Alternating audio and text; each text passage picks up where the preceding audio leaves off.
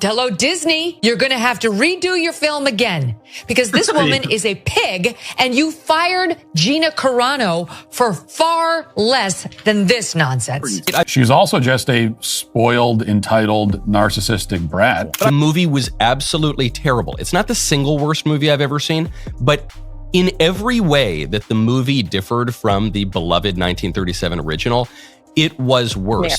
This is truly like, she has to go. I'm sorry, Disney. She has to go. But I was basically the only person in the theater. Very few people wanted to see this. Even the little kids who like Disney movies, even they don't seem to be turning up in droves for the movie because the movie is really, really bad. I think it's fair to say that no one can stand the star of this movie. Now, ever since the debut of Snow White, it has been nothing more than a box office disaster, not just for the Walt Disney Company and Bob Iger as the CEO, but also for Rachel Zegler. This is what theaters look like across the world, and it just keeps getting worse. The memes. Let's say that you were in a Hollywood movie, and the trailer for that movie dropped on YouTube, and it instantly became the #1 most downvoted trailer in the history of the platform. How it was so outdated and how Rachel Zegler disrespected the original and a classic from Walt Disney, something that completely saved Disney and changed the company and changed animation in general. She continued celebrating herself by posting that she's in the #1 movie in the world, which is a remarkable thing to post when you are the laughingstock of an entire industry. This is what narcissism looks like. Narcissism for 200. Because Rachel Zegler is a PR nightmare. This movie was like you took the original Snow White and just put everything through this filter. So from the casting to the class politics, it all was just bad. Now, if there's one thing to be gleaned from this, it's actually the sheer quality of the negative reviews. So let me read you some quotes. It says, "I paid nothing to watch the trailer, but I want my money." Oh, that's nice. Nice job. The movie has all kinds of problems that could be pinned partly on the producer. Like the producer did not do a good job. Nobody who produced this movie did a good job. This is someone who is as entitled as, I don't need your business. And if you disagree with this sentiment, just hit the unfollow button. I don't need your business. You know what? Maybe Disney does. Maybe you're a tool, you're a pawn in this film. You didn't write it. You didn't direct it. You have nothing to do with the creation of Snow White. Right. You should shut up and do the job. So the movie had all kinds of problems creatively and conceptually, but there's no doubt that she drove the final nail into this movie's coffin. She probably drove the final 2 or 3 nails into the coffin. There's a reason why the public has shifted. If you can't avoid this movie, you absolutely should, because it's absolute trash. I was referring to the movie as sand beige, and it was so noticeable off the top, but it's no really knock on her. If you did the autobiography of Malcolm X, would you cast Tom Hanks? If you remade Moana, would you cast a little Irish guy? No, you wouldn't. So that was off the top. I know some people like this movie. Some people are stupid. Oops! Oops! Rachel Zegler's remarks about the 1937 classic being outdated and irrelevant sparked an online firestorm so intense you'd think Cinderella's castle was collapsing. The internet erupted in fury, with outraged fans demanding an apology, a retraction, anything that resembled respect for the beloved original. Because let's be honest, even if you secretly think a nearly century-old film is a little cheesy, broadcasting that opinion while starring in its remake? Not the brightest move, but our modern-day princess wasn't finished. She doubled down, making more pointed comments about how the film felt outdated and clashed with today's values, dismissing the entire story as archaic. And I get it, there's a difference between spoiling and whatever, but to go out and badmouth everybody and talk smack about, older movies in the same franchise, the canon story, I guess? Yeah. I don't know, dude. I feel like they would have had better control of it. At that point, Disney's PR team was likely surviving on caffeine and pure panic, scrambling for damage control. Because let's face it, this was turning into a PR disaster of historic proportions. As expected, the backlash exploded. Fans who were once cautiously optimistic about the remake suddenly took up digital arms, flooding social media with not my Snow White. Go through this, right? There's no prince. Woman doesn't need a prince. Oh, Lord. Really? Okay, good luck back then. Right. The whole ordeal became an absolute spectacle. And just when it seemed like things couldn't spiral further, Rachel Zegler abruptly switched gears. She popped up in interviews, visibly emotional, professing her deep admiration for Snow White, insisting she had always cherished the character's bravery and innocence. But by then, the damage was done. When the film finally stumbled into theaters, it resembled less of a timeless fairy tale and more of a low-budget misfire you'd scroll past at 3 a.m. Let's just say, if you thought one poisoned apple was bad, wait until you see how a few offhand comments can sink a Hollywood production. But hold on, before we dive deeper, make sure to like and subscribe, because let's be real, your support keeps the tea flowing. Now, let's rewind and relive this spectacular implosion from the beginning. The initial buzz around Rachel Zegler's casting was cautiously optimistic. She had the vocals, the stage presence, the right mix of talent. But within what felt like minutes, she dismissed the 1937 Snow White as outdated, irrelevant, and not something modern audiences could connect with. I know that you've told me before that your version of Snow White is different, and it's more of a 2022 version of Snow White. What did you mean by that? I mean, you know, the original cartoon came out in 1937, and very evidently so. There's a big focus on her love story with a guy who literally stalks her. Yeah. Weird. Super weird. So we didn't do that this time. The internet's reaction? Instant outrage. Disney loyalists couldn't believe their ears. Was she seriously throwing shade at the very film that laid the foundation for Disney's empire? Cue the most impressive backpedal of the decade. Suddenly, Zegler was all about her deep, abiding love for the original, waxing poetic about its legacy in a string of interviews. But viewers weren't fooled. Her sudden change of heart felt about as sincere as one of those scam emails promising you've won a luxury cruise. Meanwhile, Disney trudged ahead, desperately trying to drum up excitement for the film with trailers, teasers, and flashy promotions. But let's be real, the damage was done. Social media became a feeding frenzy, flooded with memes, sarcastic takes, and brutal comparisons, ranging from bargain bin knockoffs to a cautionary lesson in how to alienate an entire fanbase in record time. And just when you thought the Snow White saga couldn't get messier, Rachel Zegler managed to remind everyone that she had also publicly complained about her West Side Story experience, the very role that was supposed to catapult her to Hollywood stardom. Imagine starring in a lavish musical directed by a legend and acting like it was some miserable chore. Because sure, that's how you keep audiences rooting for you, right? At this point, even casual observers were starting to connect the dots. So, she's throwing shade at the film that made her famous, and the project meant to solidify her career? Yikes. Suspicion turned into full-blown skepticism, and the PR disaster snowballed, leaving behind unimpressed audiences, exhausted headlines, and a sea of raised eyebrows. That alone was entertaining enough, watching someone pop their own success bubble in real time, but then came the ultimate gut punch, the actual release of Snow White. Buckle up, because this is where things go from bad to legendary disaster. Despite all the backlash, Disney forged ahead, possibly thinking, well, controversy sells, right? Wrong. When the film finally hit theaters, the response was brutal. Reviews were unforgiving, audiences were indifferent, and the general consensus? We tried to warn you. According to reports, the studio hemorrhaged millions, so much that if you stack the losses in cash, they might reach the height of Cinderella's castle. Even Disney's most devoted fans barely shrugged. And worse, many actively avoided the movie. Instead of packed theaters with excited families dressed as princesses, screenings were eerily quiet, with the only applause coming from the occasional cricket in the back row. It was as if someone had cast a real-life spell, not on the kingdom, but on audience wallets, making sure they stayed firmly shut. And for those who did brave the experience, complaints ranged from the bizarre tone to creative decisions so far removed from the original, it was practically unrecognizable. As for the leading lady, she looked like she wanted to be anywhere but promoting this train wreck.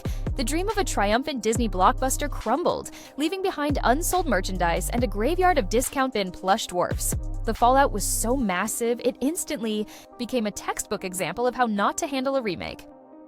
Lesson learned, never hire someone who disrespects a beloved classic and the company funding the project before the movie even hits theaters. If that's not the biggest, what were they? Thinking? Moment of the decade, I don't know what is. With the movie officially declared a flop and Disney licking its financial wounds, the rumor mill kicked into high gear. Talk of executive shakeups, major layoffs, and shelved remakes flooded the internet. Some fans were particularly furious that the original dwarfs got scrapped in favor of CGI stand-ins. Oh, and let's just say the actual actors weren't thrilled about it either. As for Rachel Zegler, she's now a walking meme, with droves of people online essentially saying, yeah, let's not have you ruin another classic. Harsh? Maybe. But when you insult a cherished film and then deliver a box office disaster, public sympathy isn't exactly in great supply. Sure, she's got talent, her singing voice isn't bad, but if audiences aren't buying tickets, that's a flashing red warning sign for studios. Word on the Hollywood grapevine is that producers are already scouting for stars who can actually charm audiences, preferably without stirring up controversy like it's a personal hobby. The real kicker? Snow White was supposed to be an easy win, a surefire blockbuster. The film that started Disney's golden age, updated for modern audiences. How could that possibly fail? And yet, instead of a triumphant reimagining, it became the ultimate cautionary tale. Proof that bad PR, miscasting, and a few careless comments can sink even the mightiest ship. By the time the dust settled, one thing was undeniable. This was no fairy tale ending. Instead of a magical success, Disney was left with a colossal flop. And a leading actress who managed to alienate fans before the first poster even dropped. And Disney? Well, they learned the hard way that controversy doesn't always equal cash. Sometimes it just means your box office numbers are falling faster than a cursed spindle's victim. So what's the moral of this not-so-enchanted tale? Maybe it's that if you sign on for a beloved remake, a little homework, and a lot of tact, go a long way. Or maybe, just maybe, it's that in Hollywood, underestimating your audience is the real kiss of death. After all, no matter how powerful a studio may be, pushing fans away is like stepping on a rake. Again and again. The only silver lining? The rest of us got front row seats to an absolute masterclass in what not to do. So, no magical ending here. Just a carriage wreck, a studio counting its losses, and a leading lady who might be brushing up on career survival tips for quite some time. On the bright side, at least the dwarfs can say they had nothing to do with this catastrophe. Was this doomed from the start? Or did they somehow trip into this catastrophe like a prince who forgot how to ride a horse? Drop your hot takes in the comments, because we need to know how you would have saved this disaster. And if you love watching Hollywood spectacularly fumble the bag, be sure to like, subscribe, and share this with a friend who needs a reminder of what not to do when remaking a beloved classic. Because in the enchanted kingdom of showbiz, the real magic is knowing when to not publicly roast the very thing paying your bills. So let's rewind to when this could have been a success. The all-powerful House of Mouse decided to remake one of its oldest classics, Snow White. You know, the one that came out when dinosaurs still walked the earth. On paper, this should have been the easiest billion-dollar cash grab in history. Step 1, hire a talented young star. Step 2, dress her in the classic costume. Step 3, throw in some sparkly CGI. Step 4, sit back and watch the money roll, in like it's a Disney theme park on a holiday weekend. But nope. Instead, they went with an actress who managed to offend every hardcore Disney fan and casual bystander before the first trailer even dropped. Enter Rachel Zegler. Yes, we're, naming names. And let's just say if Disney had a self-sabotage button, she slammed it. She called the 1937 classic outdated, irrelevant, and basically a cinematic fossil. Cue instant chaos. Fans furious. Social media exploding. The Magic Kingdom on fire. People weren't just side-eyeing this remake. They were demanding explanations, apologies, or at least a little respect for the film that literally built Disney's empire. Because shocker, if you're hired to be something, maybe don't trash it. That's like starring in a musical and complaining about all the singing. But did our not-so-snowy princess stop there? Of course not. She doubled down, threw in a few more eye-roll-worthy takes about how the original was so out of touch, and basically wrote off the entire fairy tale. Somewhere in Disney HQ, the PR team was probably chugging espresso and praying for a miracle. Predictably, the backlash exploded. Fans who were curious about the remake suddenly turned into full-fledged protesters, waving Not My Snow White banners all over the internet. It was an absolute circus. Then, realizing she had accidentally set her own movie on fire, Zegler went into full damage control mode, suddenly remembering how much she actually loved Snow White. And boy, was it awkward. She made the rounds, teary-eyed, talking about how much the character meant to her and how she admired the original. But was anyone buying it? Absolutely not. It came off about as genuine as an influencer's "I'm so sorry if you were offended" apology. Meanwhile, Disney kept pushing forward, acting like nothing was wrong, throwing out trailers, merch, and interviews. while the internet roasted every single second of it. And if that wasn't messy enough, let's not forget Zegler's other PR disaster, complaining about her West Side Story experience. Yes, the massive Hollywood break that launched her into stardom. Instead of gratitude, she made it sound like she had just survived the Hunger Games. Audiences started putting the, pieces together. So she's trashing the film that made her famous and the iconic role that's supposed to make her a household name. Make it make sense. And then came the grand finale. Snow White finally hit theaters. And wow, it flopped. After all the controversy, the PR nightmares, the desperate attempts to save face, nothing worked. Reviews were brutal, audiences bailed, and even diehard Disney fans took one look and said, yeah, no thanks. Financially, an unmitigated disaster. The studio lost millions. So much that if you stack the cash, it might actually reach Cinderella's castle. And that, folks, is how you take a fairy tale and turn it into a cautionary tale. Instead of families lining up at midnight in princess costumes, theaters were practically deserted, unless you count the crickets in the back row, who at least had the decency to provide a little applause. It was as if a real magic spell had been cast, not on the audience, but on their wallets, ensuring they stayed shut. And for the brave few who actually bought tickets, the reviews were brutal. Complaints rolled in about the weird, off-putting tone, the baffling creative choices, and the overall feeling that this wasn't Snow White. It was some distant, unrecognizable cousin twice removed. And speaking of removed, the film's leading lady looked like she would have loved to be anywhere but promoting this mess. Any illusion of a triumphant Disney blockbuster was shattered, left gathering dust alongside mountains of unwanted merch and those poor plush dwarfs collecting cobwebs in the clearance bin. This was no ordinary flop. It was a Hollywood disaster, so spectacular that it practically became an instant industry case study on what not to do. Lesson 1. Maybe, just maybe, don't hire someone who publicly trashes the very movie they're starring in before it even hits theaters. If that's not the biggest duh moment of the decade, I don't know what is. And now, with the film officially stamped as a mega flop and Disney nursing its financial wounds, the industry gossip mill is working overtime. Rumors are swirling about layoffs, executive shuffles, and future remakes quietly getting yeeted into oblivion. And then, there's the dwarf-sized elephant in the room. Fans are still salty about the original dwarfs being replaced with random CGI stand-ins. Let's just say the real dwarfs were not thrilled about being left out. They had some thoughts, and none of them were particularly magical. And then, of course, there's Rachel Zegler, now an internet meme factory with legions of people basically saying, yeah, we don't need you messing up another classic. Is it harsh? Maybe. But when you publicly drag beloved source material and deliver a dud of a film, sympathy tends to be in short supply. To be fair, she is talented.